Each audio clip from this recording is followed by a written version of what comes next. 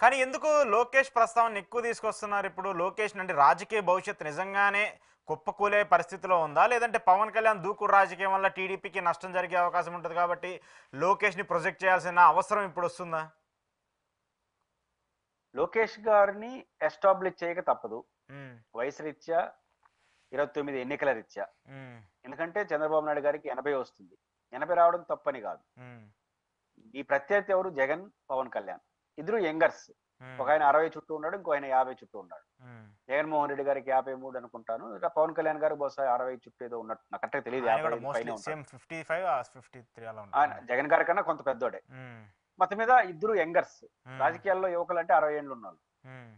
60 ఏండ్లు చుట్టూ ఉన్నోళ్ళందరూ యువకులుగానే చూస్తాం మనం. ఓకే. కాబట్టి ఆ ఇద్దరు యువ నాయకులు, అందులో ఒక ఆయన సినిమా హీరో, ఇంకొక ఆయన పొలిటికల్ గా పవర్ఫుల్ లీడర్ గా ఎస్టాబ్లిష్ అయిన వ్యక్తి, ఒకసారి హ్మ్. ముఖ్యమంత్రిగా పనిచేసిన.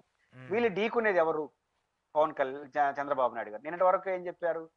చంద్రబాబు జగన్మోహన్ రెడ్డి మొత్తం ధ్వంసం చేసేనాడు, ఆ ధ్వంసాన్ని పునరుద్ధరించడం కోసం చెప్పుకోవడానికి సీనియారిటీ అన్నట్టు. హ్మ్. రేపు 5 ఏళ్ళు అయిపోయిన తర్వాత ధ్వంసం ఏం కాదు కదా, అభివృద్ధి కొనసాగింపే కదా. హ్మ్.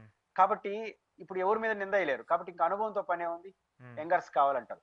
అప్పటికి చంద్రబాబు గారికి 20 ఏళ్ళు ముఖ్యమంత్రి, హ్మ్. 15 ఏళ్ళు ప్రతిపక్ష నేత. హ్మ్. ఇంకానా అనే చర్చ కూడా వస్తుంది. కాబట్టి లోకేష్ అనే యంగ్ టర్క్ రాజకీయాల్లో ఫోకస్ లీడర్ గా రావాలి. పవన్ కళ్యాణ్ అండ్ జగన్మోహన్ రెడ్డి గారి కౌంటర్ గా లోకేష్ ఉండాలి.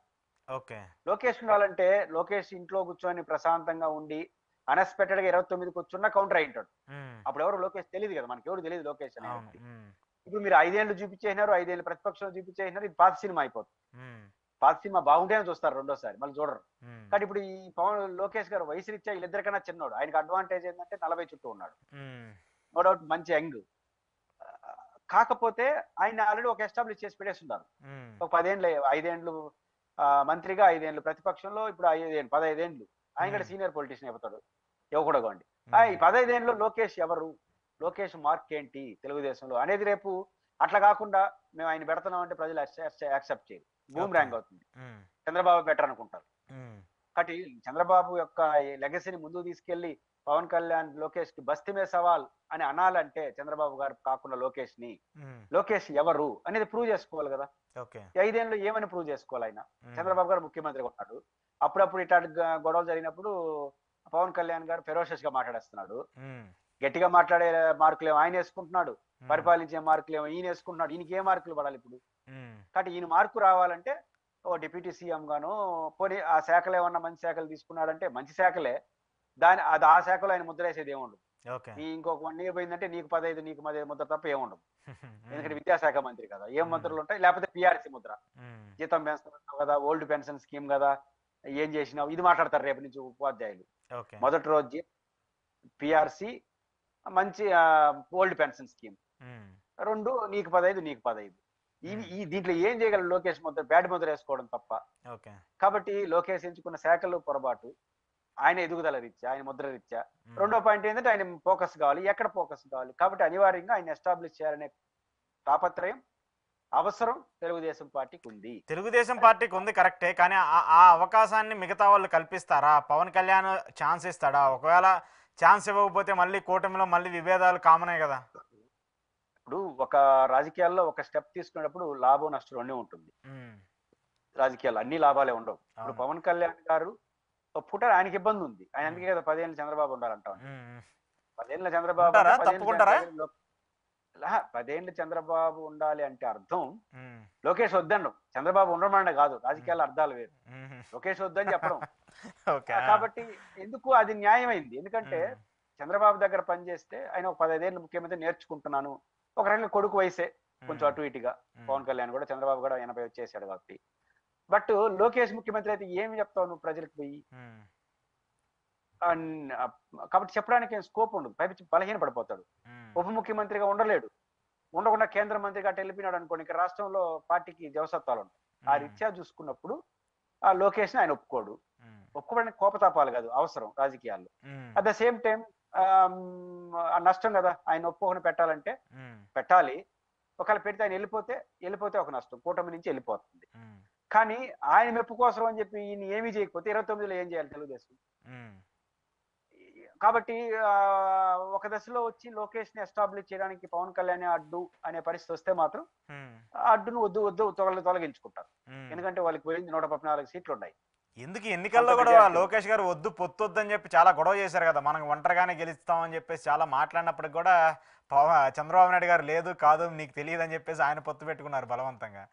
ఇప్పుడు లోకేష్ కరెక్ట్ అని తేలింది కదా. ఉమ్, కాబట్టి ఇప్పుడు 100 సీట్లు వచ్చి ఉంటాయి, సీట్లు తగ్గుంటాయి. ఉమ్, 100 సీట్లు వచ్చి ఉంటాయి, ఏమైంది 100 సీట్లు వచ్చిన ముఖ్యమంత్రే కదా. అవును.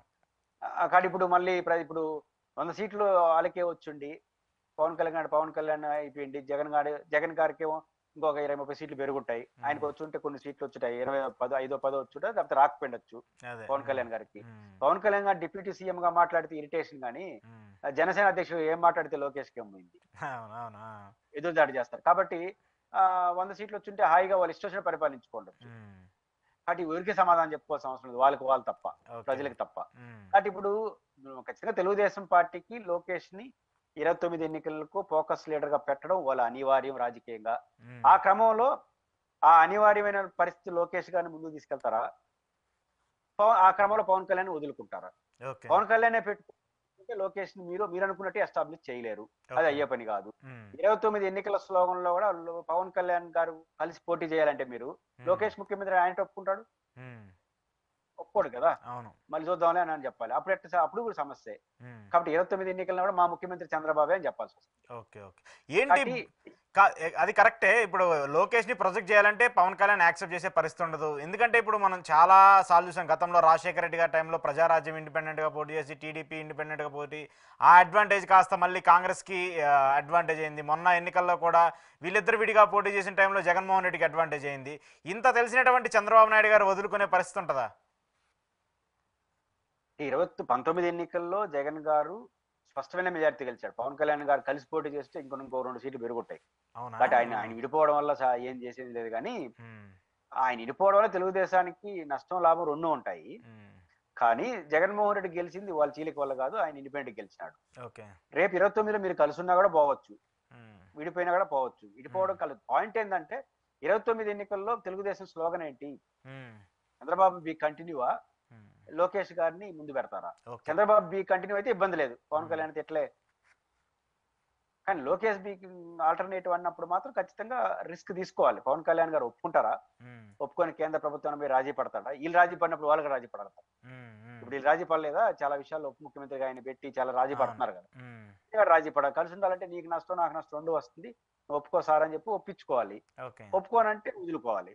ఓకే. ఓకే. ఒప్పుకుంటారా వదులుకుంటారా? ఉమ్, నువ్వు నాడగలిగి నేను నాడగలిగి వెనకలేదు కదా, నువ్వే వేసుకుంటా పోతావు అంటే కుదరదు కదా. ఉమ్. అలా కాదు, పవన్ కళ్యాణ్ గారితో కుదరదు, ఇట్లే ఉండాలి మీరు చెప్పారు కదా, వాళ్ళ మద్దతు లేకపోతే